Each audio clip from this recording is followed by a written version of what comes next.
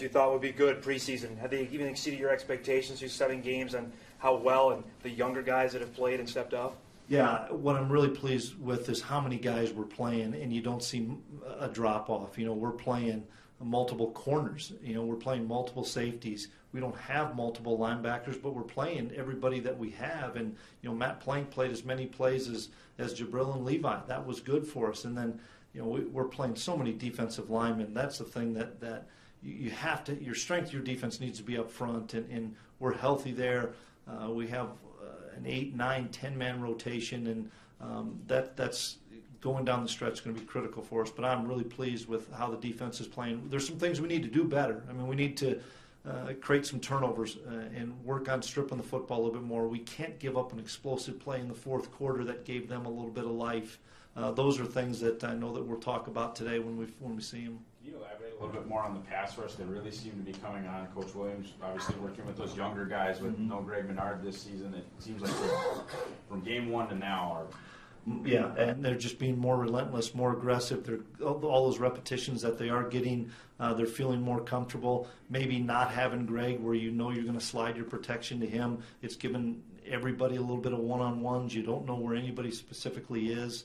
But I was pleased, whether it's the defensive tackles or the defensive ends, we're getting a really good pass rush. And it's something that you'd like to be able to rush for all the time and not bring your 5th and 6th guys and play coverage. And we've been able to do that. We were able to do that last week a little bit more. But there's going to be other times where we're going to have to be able to blitz people. So I like the combination that Coach Ince is working with. When does that contact period end? No contact period end? Right after Thanksgiving. What are you going to do then? Well, we haven't really talked to Hank on that one. He's the director of recruiting. But we'll have to get out as much as we're able to get out. Is your general message to these recruits that you would like them to sign at the early signing period so you kind of know where you stand? I think everybody would like to, whether you're a Power 5, a Group of 5, FCS. I think you'd like and expect those guys to. You bet.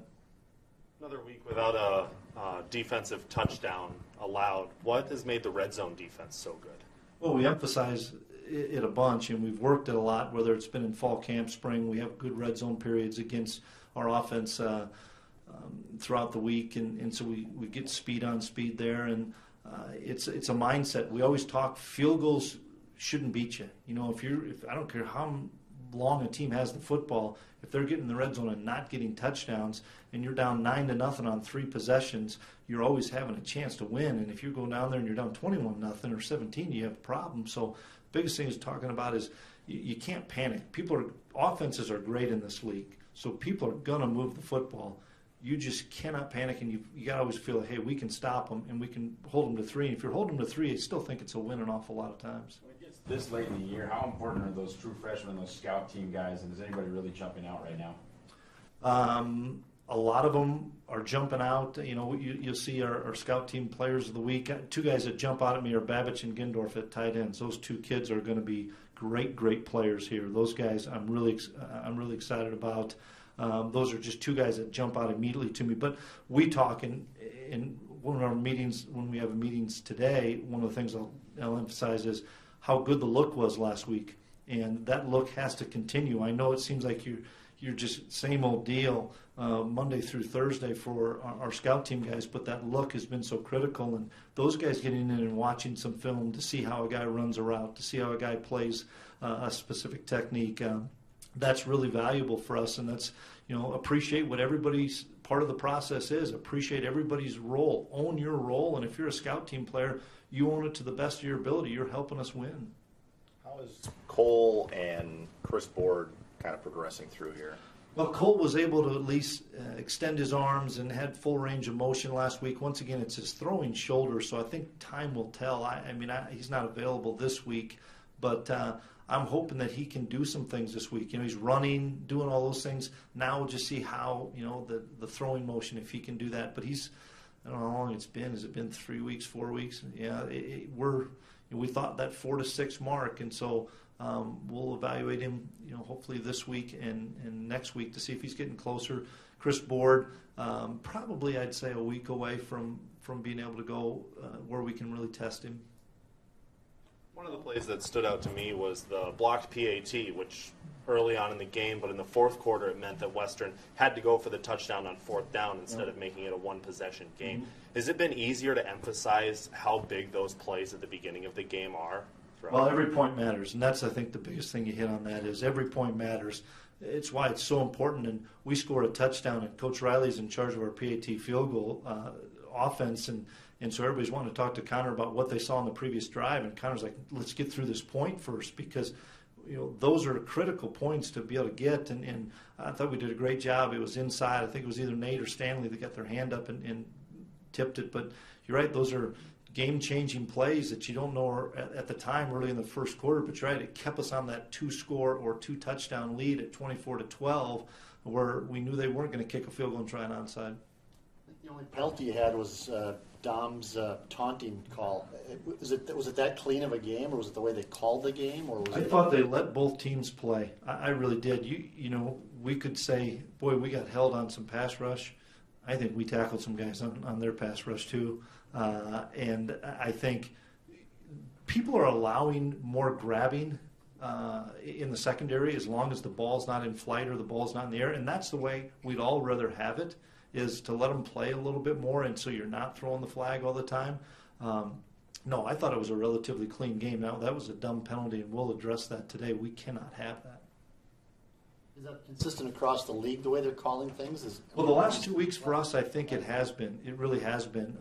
And I think it's part of an emphasis of let's make sure and let the guys decide it on the field. And if it's obviously an easy call, you've got to be able to make it. But I've been really pleased that they've allowed, especially the interior guys. You could maybe call holding on every play, and they're letting both sides play. And that's really good for as long as these games are. Chris, can you reflect on how important James Fisher's role is on the team? NDSU's had 3 long snappers over the last 12 years. He's another 4-year guy. What's he meant to the last 4 years? He's meant everything, and he's such a great kid to be around. There's one area I do get to spend a lot of time with as a specialist and eating dinner and pregame meal and stuff. And Fisher's already graduated. He's in grad school, and he's doing an internship. And he's as quality a guy as I've been around in the program, and he perfects his craft. He gets so upset if that snap is off an inch, and there was on Jackson's poor punt, and honestly, it was off 3 inches. Jackson, you still got to make a better kick, but Fish is like, Coach, that's on me. I've got to make a better snap. But, we're seeing on a lot of PATs, the field goal that Cam hit, the snap was perfect. Jackson didn't even have to spin the ball at all. It had it right on it where the lace is already away. And so Fish has been really good, and Fish is great for the younger kickers, the younger snappers and stuff. He just calms them down. Nothing really rattles Fish. Where are Nick and Nate health-wise, still kind of recovering from the injuries, and how scary can this defense be once they get 100%? Well, we're not having to play Nate a ton right now because of the great depth that we have, and so I thought Nate played one of his better games on Saturday, but he had his knee drained during the week, so I thought I know he felt better, and I thought he looked a lot stronger. I would say Nick's closer to 90% now. I would have said he played 2 or 3 games at about 80, 85%. I think he's closer to 90%. I know he's going to continue to progress and get better. Does that make us any better? Potentially. But, everybody's got to get a little bit better. That's one thing is every team in this league, guys are beat up. Guys are nicked up. And you just go. You just find a way to say, hey, I'm going to get through what I need to get through in the practice to make sure I'm prepared mentally, make sure I'm prepared physically. But there's nobody that's playing right now that's 100%. Has Jabril Cox kind of forced your hand now, even in a situation where you do get Chris Board back, that you've got to play him? Without question, yeah. Jabril's gonna play for sure, and we're excited to get Chris back whenever that is. It just gives us that much more depth, and it gives us that many more guys to play, and we'll find spots for him, you bet. Thanks.